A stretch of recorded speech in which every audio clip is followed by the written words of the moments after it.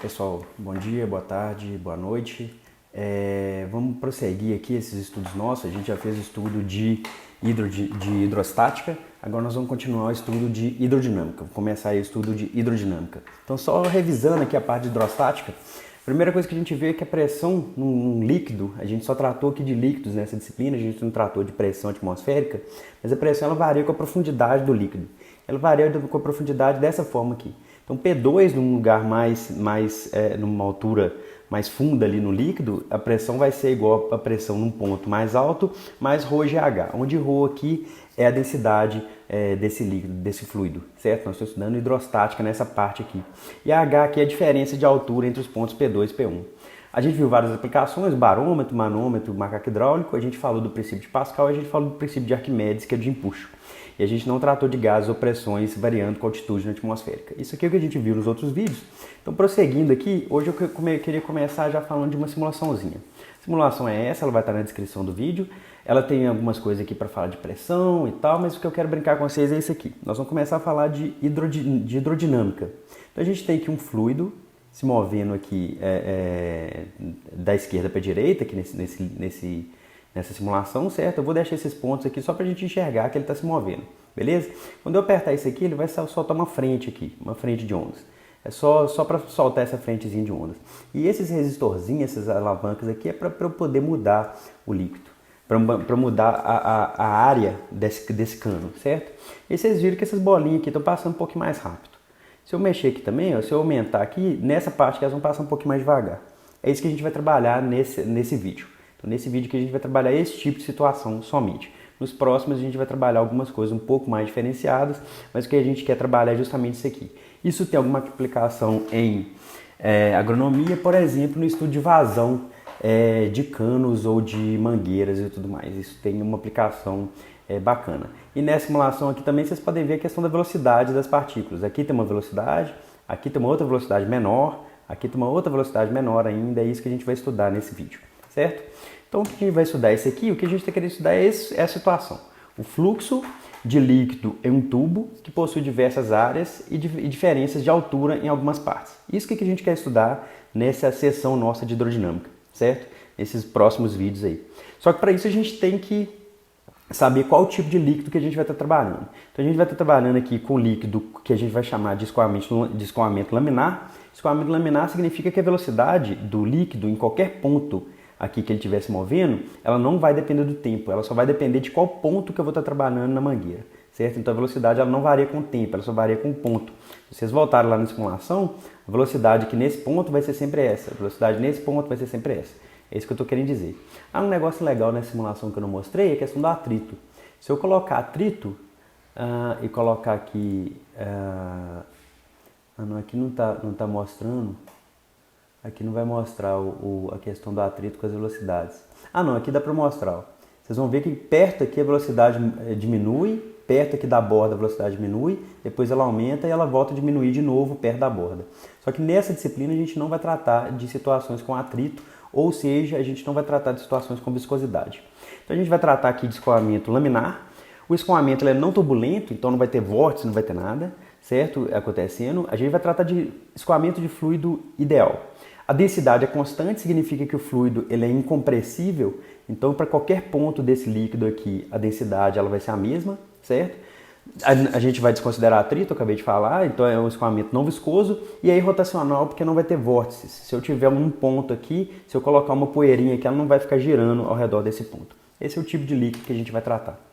Então a primeira coisa é o seguinte, se eu tenho um líquido, se eu tenho uma massa de líquido escoando, certo? A pergunta que a gente pode fazer é, se eu tenho aqui ó, essa massa de líquido aqui que está escoando, qual que é o volume dessa massa de líquido aqui que está escoando, certo? Então, dada que uma certa massa ΔM, eu tenho um pedacinho desse cano, como se eu tivesse só um pedacinho desse camarada, esses pontinhos aqui escoando, qual que é a massa desse pedacinho aqui? E qual que é a relação da massa desse pedacinho com o volume dele? Vocês viram que o volume dele ele muda aqui um pouquinho, né? Ele aumenta, diminui, depois vai aumentar de novo, agora vai diminuir mais, depois ele aumenta mais um pouquinho. Então qual que é essa relação, certo? Então vamos pensar aqui, ó. Se eu tiver, aqui eu só pintei de vermelho, se eu tiver essa massinha aqui de líquido, olha só, para essa massinha aqui de líquido, qual que é o volume desse cilindrinho aqui de líquido?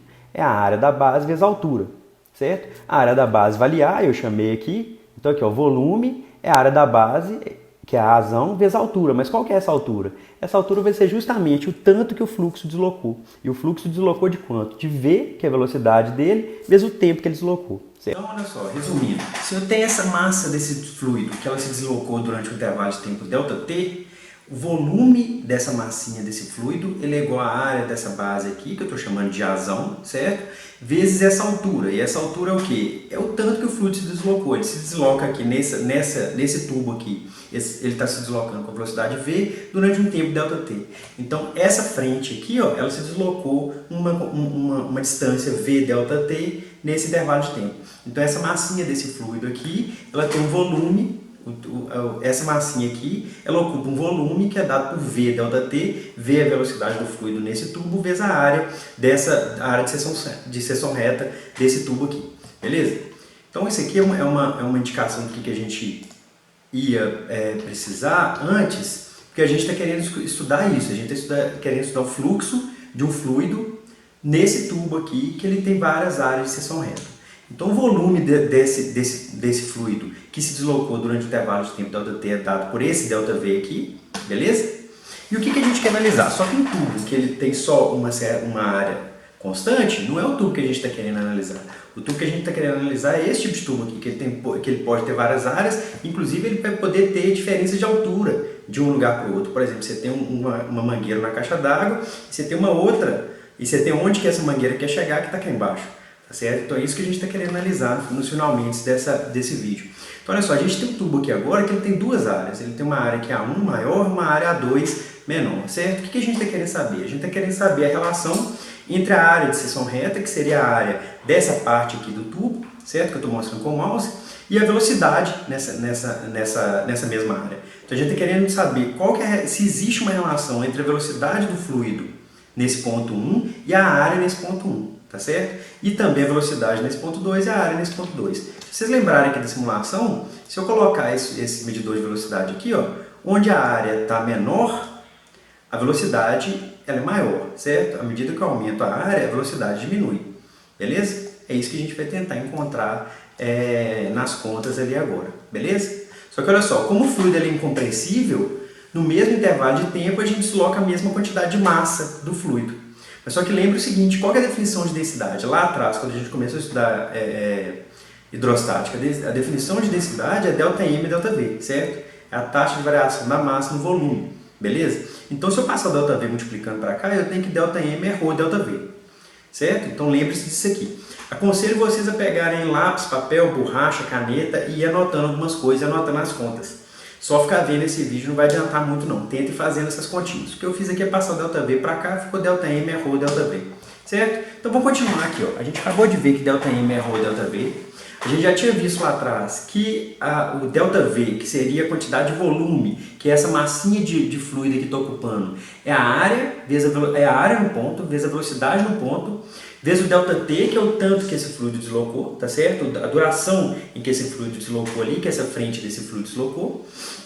A massa de líquido, como a gente está tratando aqui de fluido incompressível e tudo mais, a massa desse líquido, ela tem que ser a massa que se desloca do líquido num certo intervalo de tempo, ela tem que ser a mesma para qualquer instante, para qualquer intervalo aqui do meu tubo, certo? Então olha só, por exemplo, essa massa de fluido aqui, quando ela chegar aqui, o que vai acontecer? A área vai diminuir, então ela vai ter que espichar. Então essa massa vermelha, ela tem que ser igual a essa massa vermelha. É isso que eu estou querendo dizer, tá certo? Quando essa massinha vermelha ela passar por esse estrangulamento e chegar aqui, o que vai acontecer é que a área vai diminuir, só que a massa tem que ser a mesma, e como o fluido é incompressível, essa massinha aqui tem que ser igual a essa massa, certo? Então a massa aqui, a massa de fluido deslocado no ponto 1, tem que ser igual a massa de fluido deslocado no ponto 2 para o mesmo intervalo de tempo, tá beleza? Isso é por quê? Porque essa massinha aqui, se a gente conseguisse pintar o fluido aqui, essa massinha aqui, ela ia estrangular e ia esticar nessa direção.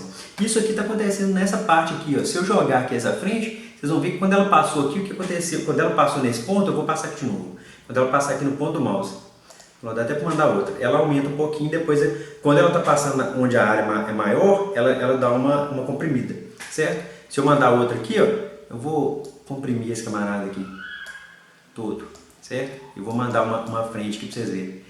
vocês vão ver o que vai acontecer. Nessa parte aqui ela aumentou, certo? Então vou colocar aqui câmera lenta, para vocês verem o que está acontecendo. Quando ela passar nessa parte que está estrangulada, vocês vão ver que essa frente de ondas aqui ela vai dar uma esticada. É isso que está acontecendo. É exatamente isso que eu estou querendo mostrar para vocês. Olha lá. Essa frente que ela deu uma esticada. Tá certo? É exatamente isso que eu estou querendo mostrar para vocês aqui. Beleza?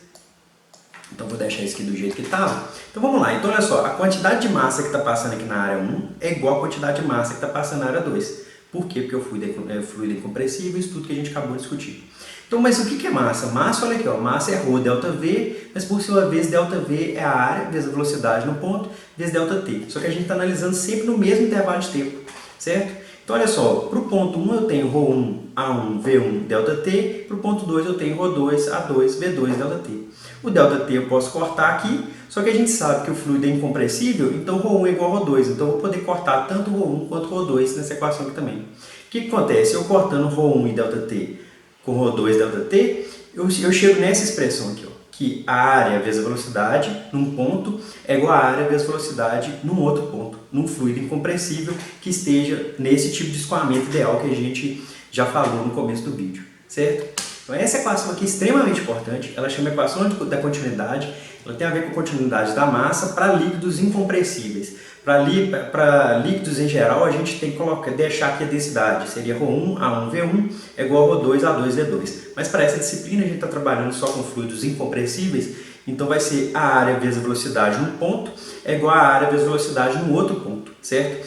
E essa quantidade de área vezes velocidade ela é muito importante, ela é definida como sendo a vazão do fluido. Vazão é o quê? É metro cúbico por segundo, certo? É a quantidade, é o volume do líquido que está passando por segundo num certo ponto do cano. E é isso que mede quando o pessoal vem medir da Copasa, dependente de qual empresa que for, é isso que o pessoal está medindo. Existe um medidor de vazão nas casas para medir qual que é a vazão de líquido que está entrando na casa ali, da companhia de rede de esgoto, de águas e esgotos da sua cidade, certo? Então esse RV, que é uma quantidade muito importante, é a área vezes velocidade. E se vocês forem ver aqui, ó, esse sujeito aqui ele tem, inclusive, um medidor de fluxo. Se vocês forem ver aqui, ó, aqui em cima está a vazão. Então a vazão é 5.000 litros por segundo, que está definida aqui, certo? Vocês vão ver que a vazão ela vai ser sempre constante, beleza? Olha só, a vazão é sempre constante, que é aquela área vezes a velocidade. Só que note o seguinte, olha só, aqui eu tenho que a área é 2,6, certo?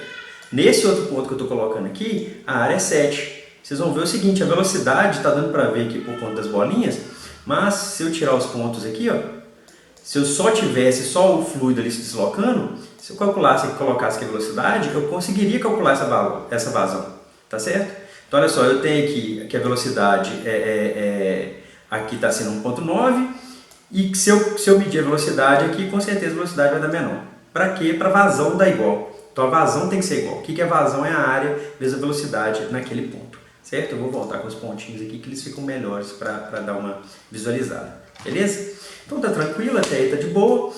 Voltei na simulação aqui, então a ideia dessa simulação, a gente vai voltar nessa simulação. A ideia dessa simulação é justamente a gente mostrar essa questão da vazão. Então se eu medir aqui, ó, se eu pegar aqui esse medidor de fluxo, eu vou conseguir enxergar que a vazão ela é sempre constante, certo? Se eu aumentar a vazão desse objeto aqui, ele já aumentou a vazão lá, ó. Então ele aumentando a vazão, se eu colocar aqui o medidor de velocidade, ele vai mostrar que a velocidade vai aumentar, tá certo? Aumentei a vazão, a velocidade do fluido aumenta, só que se eu aumentar a área do fluido num certo ponto, a velocidade vai diminuir, certo? A velocidade ela vai ter a ver com o tanto que eu estou estrangulando o meu cano ou a minha mangueira ali, tá certo? Então ali, ó, estrangulei aqui, a velocidade aumentou. Quanto menor a área, maior a velocidade do fluido nesse ponto onde eu fiz o estrangulamento do meu cano, beleza? Então por enquanto a gente vai parar aqui na parte de hidrodinâmica e eu retorno aí no próximo vídeo. Espero que todo mundo esteja bem, abraço, tchau!